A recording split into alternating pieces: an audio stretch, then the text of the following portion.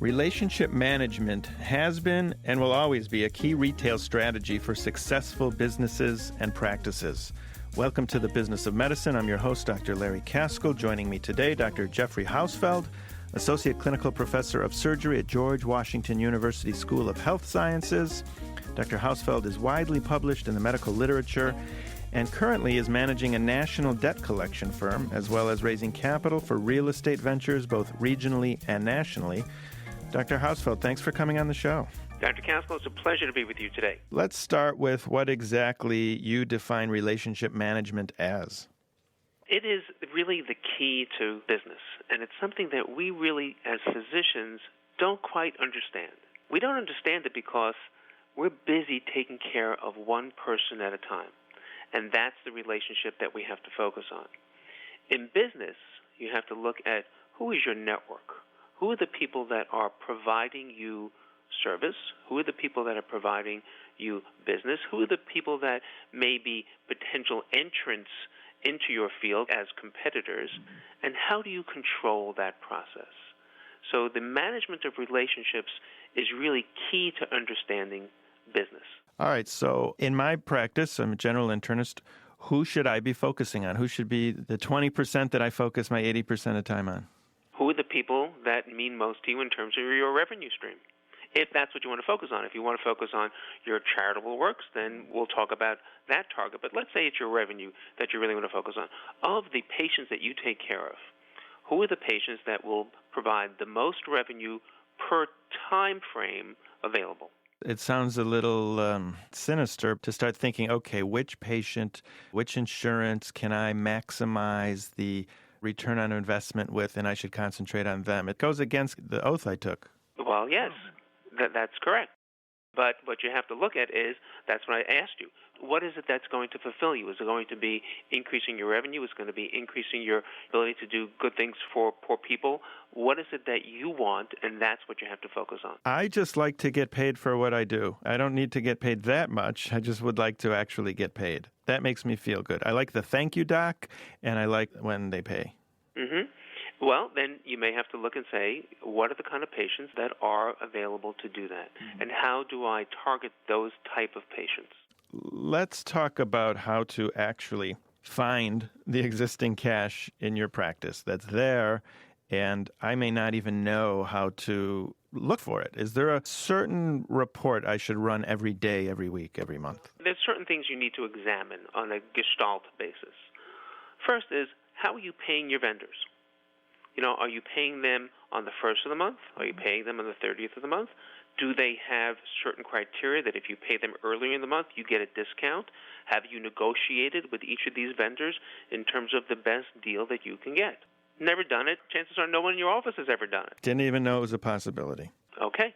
That could save you 5% on your expenses on a yearly basis. How do I go about doing that? Just make a list of your vendors, whether it's the printing person, the person supplying your medical supplies, and then you can go to your association, because many times medical associations will have a buying group, and you ask your association if there's a buying group that you can join that will allow you to get a discount on the things that you use on a daily basis. Paper, sutures, gauze, everything. Everything.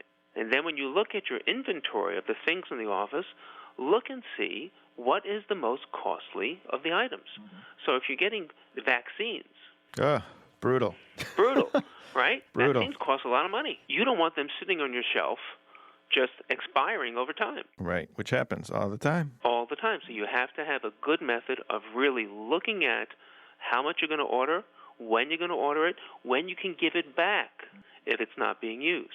And that's what you negotiate with the vendor. Our current medical supplier gives us these strips that you can kind of use a scanner. A barcode. A barcode, thank you, which is so foreign to medical practice, but it's the coolest thing in the world. And we should be doing that every time we even use something like the hospitals do. Exactly. That way you know what's gone in, what's come out. You know that no one is stealing your material. And you have a good idea of as to the flow in different seasons, because you're going to use different vaccines and different things in different seasons, and you'll preemptively know when I should order this and when I shouldn't order this. We were giving the zoster vaccine, and patients loved it, but like you said, our nurses would let them go expired or pick the ones in the back instead of the front, and we stopped doing it because we were losing money. It's a shame. It is a huge shame. Right. So that's one thing that physicians can do in order to really maximize what they bring in and how they're paying for it and when they order it. Same thing with banks. Every practice needs a bank. And one of the things that I saw when I was practicing is that you get some cash, but you get a lot of checks. And what we used to have one bank do here, the American Bank was the bank that I was associated with, a small community bank in the Washington, D.C. area. They would send a courier to the bank and pick up the cash 3 times a week. Well, that was helpful in that it stopped the front desk person or the office administrator from going out for an hour and going to the bank and coming back. But now they have something even cooler. Personal automated teller. It is fantastic. We have one in our collection firm because we get so many checks. And what it does the same thing that the tellers in the bank have. It scans your check. It scans the front and back of the check, makes an image that you can retrieve at any time, and then you have to just tell the check scanner where to put that money. It will do an optical read of the amount that's in the box. You have to check that to make sure it's accurate, and then you can post a batch. A batch is like you do a credit card batch that will get deposited in your bank account the next day, or even the same day if you do it early in the day. Think about it. You don't have to fill out the deposit slips. You don't have to go to the bank. You don't have to find a parking space. You save gas. You save time. It can save a practice thousands of dollars a year.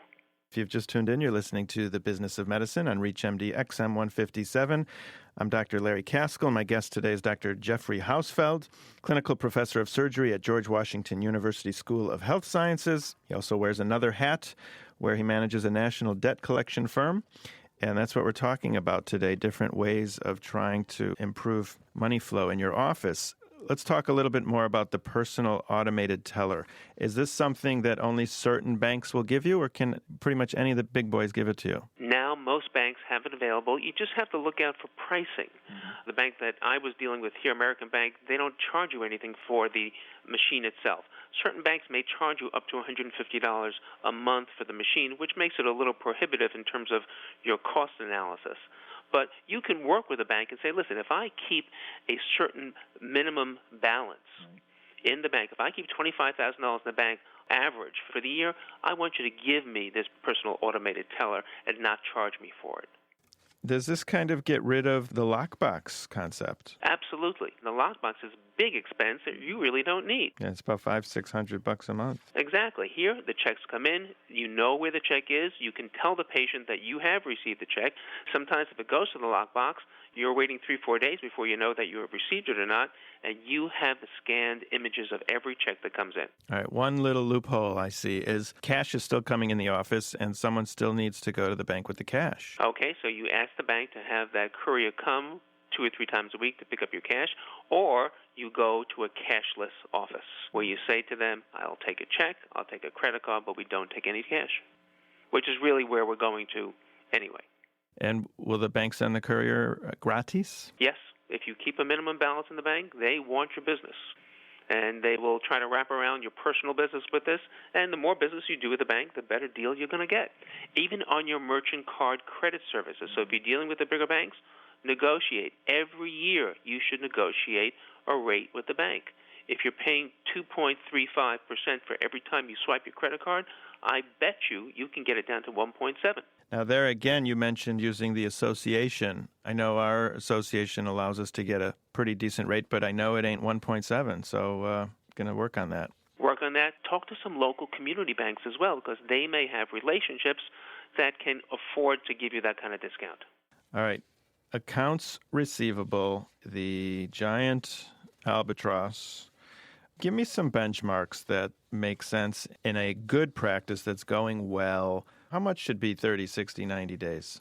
Okay, let's do 90 days because that's really the one that people look at the most in terms of how well your overall flow is going. So in your practice, Dr. Kaskel, do you know what percentage of your AR is greater than 90 days old? I have a number, but I don't know the percentage, no. Is it greater than 10%? You know what? I do know that. It is greater than 10%. It is less than 20%, which I think is pretty good. Okay. The best performers nationally are between 5 and 10%. Wow. Now, that's all money? Is that self-pay money? That's all money. That's incredible. That's all money. Best performers are between 5 and 10%. Well, are those all plastic surgeons that are getting paid up front? No, that's all comers. We look at all different industries within medicine. We can say, surgeons and internists and pediatricians, the people who are best in breed have an AR of between 5 and 10% greater than 90 days. Is it their technology that's allowing them to do that? Well, it's the systems analysis. It's really using a systems approach to saying, okay, how do I do certain things? MedFusion. Have you ever heard of this firm, MedFusion? Have you used them? I do not. I'm married to someone else. Okay. But if it's the same concept where you're communicating with your patients online, where they're allowing to fill their registration out online, where you're verifying their insurance before they walk in your office, those are the things that either make or break your accounts receivable. If you're using a company like RealMed as your clearinghouse to look at denial patterns from your billing and showing you what your denial patterns are and where mistakes are being made in your coding, then you will be able to decrease that accounts receivable. So those are just two companies, MedFusion and RealMed are two companies that can help bring those numbers down. Are you seeing any inroads with RTA, which stands for real-time adjudication? Any experience with it? Yes, in that RealMed can allow you to do real-time adjudication with certain insurers that participate with them. And the ones that do, you can plug them in right when that patient is standing there and saying, okay, your bill will come to $144. How would you like to pay for that, Mrs. Smith? I'd like to pay for it in 60 days.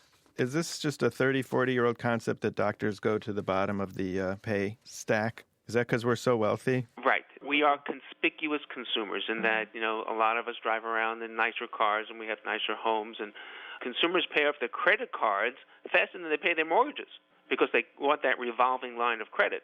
We are way down the ladder in terms of how they pay their debt. And an article just came out in the Washington Post today saying medical debt has increased tremendously over the last year because people can't pay their other bills. So what's going by the wayside? The doctors and the hospitals. Well, perhaps we should not draw so much attention to ourselves and drive some nice hybrid American cars. Perhaps we should. Well, on that note, Dr. Jeffrey Hausfeld, I truly enjoyed talking with you today on the Business of Medicine. Thank you so much, Larry. It's been a pleasure to be here. I'm Dr. Larry Kaskel, and you've been listening to the Business of Medicine on ReachMD XM 157. To comment or listen to our full library of on-demand podcasts, please visit our website at reachmd.com. And if you'd like to reach us by phone, please call us at 888-MD-XM 157. And thanks for listening.